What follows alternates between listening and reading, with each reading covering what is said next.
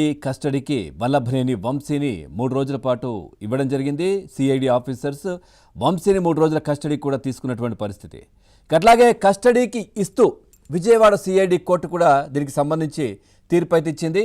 కొద్ది రోజులుగా జైల్లోనే ఉన్నటువంటి వల్లభనేని వంశీ పూర్తిగా అధికారంలో ఉన్న సమయంలో ఏ విధంగా రెచ్చిపోయారు, అదేవిధంగా గన్నవరం పరిసర ప్రాంతాల్లో పూర్తిగా తనే ఒక నియంతలాగా ప్రవర్తించినటువంటి దృశ్యాలు కూడా మనం చూసాయి.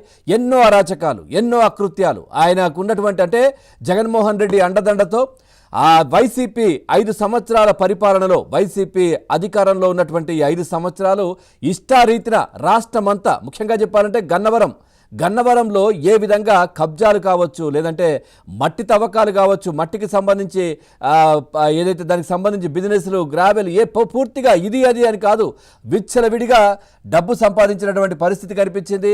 ఇక ఇష్టానుసారంగా అప్పటి ప్రతిపక్ష పార్టీలు, ఇప్పటి కూటమిలో ఉన్నటువంటి నేతలు, అధికారంలో ఉన్న నేతలందరినీ కూడా ఇష్టానుసారంగా అసలు ఎవరైతే నిజంగా చెప్పాలంటే మనం చూసాం, చంద్రబాబు నాయుడు గారు కావచ్చు, భువనేశ్వర్ గారు కావచ్చు, వీళ్ళు అన్నం పెట్టి ఆదరించి, అంటే ఆ విధంగా పార్టీ హక్కును చేర్చుకొని ఆయన ఏదైతే వంశీ ఎమ్మెల్యేగా గెలుపొందడానికి కావచ్చు, ఆ పార్టీ నుంచే, అక్కడి నుంచే ఆయన పైకి వచ్చినటువంటి వ్యక్తి. అట్లాంటి చంద్రబాబు నాయుడు గారిని కావచ్చు, లేదంటే భువనేశ్వర్ గారిని కావచ్చు, ఇష్టానుసారంగా నోటికొచ్చినటువంటి బూతులు మాట్లాడినటువంటి దృశ్యాలు మనం చూసాం, లోకేష్ను ముఖ్యంగా.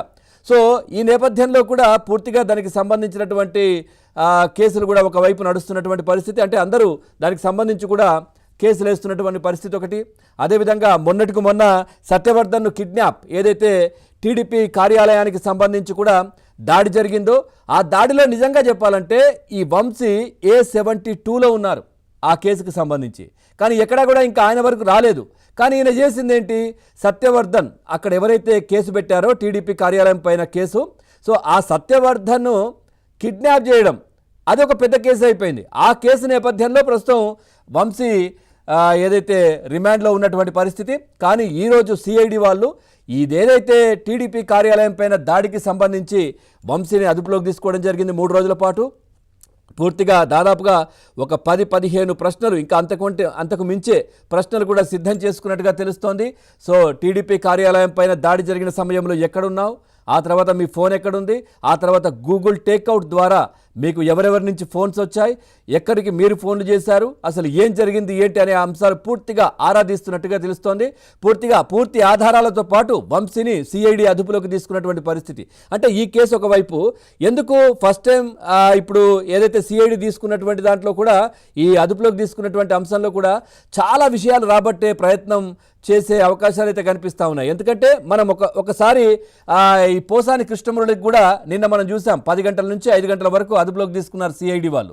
సో దాంట్లో పూర్తిగా పోసాని అన్ని ప్రశ్నలకు సమాధానాలు అయితే కొన్నిటికి నాకు తెలియదు, మర్చిపోయానని చెప్పారు. ఆ తర్వాత ఆధారాలతో పాటు ముందర పెడితే వాటికి ఒప్పుకున్నటువంటి పరిస్థితి కనిపించింది. ముఖ్యంగా సాక్షి దినపత్రిక ఏదైతే ఉందో దానికి సంబంధించి వాళ్ళు నాకు స్క్రిప్ట్ ఇవ్వడం, ఆ తర్వాత వాళ్ళు వచ్చి వీడియో షూట్ చేయడం, ఇవన్నీ తద్వారా నేను ఆ విధంగా మాట్లాడాను, ఇవన్నీ కూడా చెప్పారు. ఆ తర్వాత సాక్షికి కూడా ప్రస్తుతం నోటీసులు ఇచ్చినటువంటి పరిస్థితి కనిపించింది. అంతా వాళ్ళే చేశారు, సజ్జల రామకృష్ణారెడ్డి, సజ్జల భార్గవ్, ఆ తర్వాత సాక్షి మీడియా. అంటే సాక్షి మీడియా అంటే దానికి ఓనర్ ఎవరు, భారతి గారు కావచ్చు, లేదంటే జగన్మోహన్ రెడ్డి, భారతీయ ముఖ్యంగా. సో ఈ విధంగా మొత్తం వాళ్ళే చేశారనేది పోసాని కృష్ణమురళి ఒప్పుకున్నారు.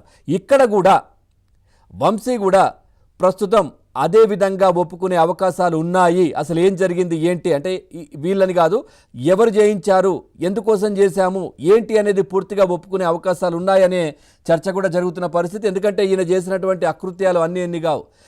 గన్నవరంలోనే ఒక జడ్జ్ భార్యకు సంబంధించినటువంటి 10 కోట్లకు సంబంధించినటువంటి ల్యాండ్ కూడా కబ్జా చేసిన వ్యక్తులు, అంటే జడ్జిలను కూడా వదలలేదు. సో ఆ విధంగా అరాచకాలు సృష్టించారు. పూర్తి ఆధారాలతో పాటు సిఐడి వంశీని వాళ్ళ ముందు కూర్చోబెట్టుకొని ప్రశ్నలు సంధిస్తున్నటువంటి పరిస్థితి అయితే కనిపిస్తూ ఉంది. ఓవరాల్గా ఈ అంశానికి సంబంధించి మనం చర్చలోకి వెళ్దాం. చర్చలో పాల్గొంటున్నారు రాజకీయ విశ్లేషకులు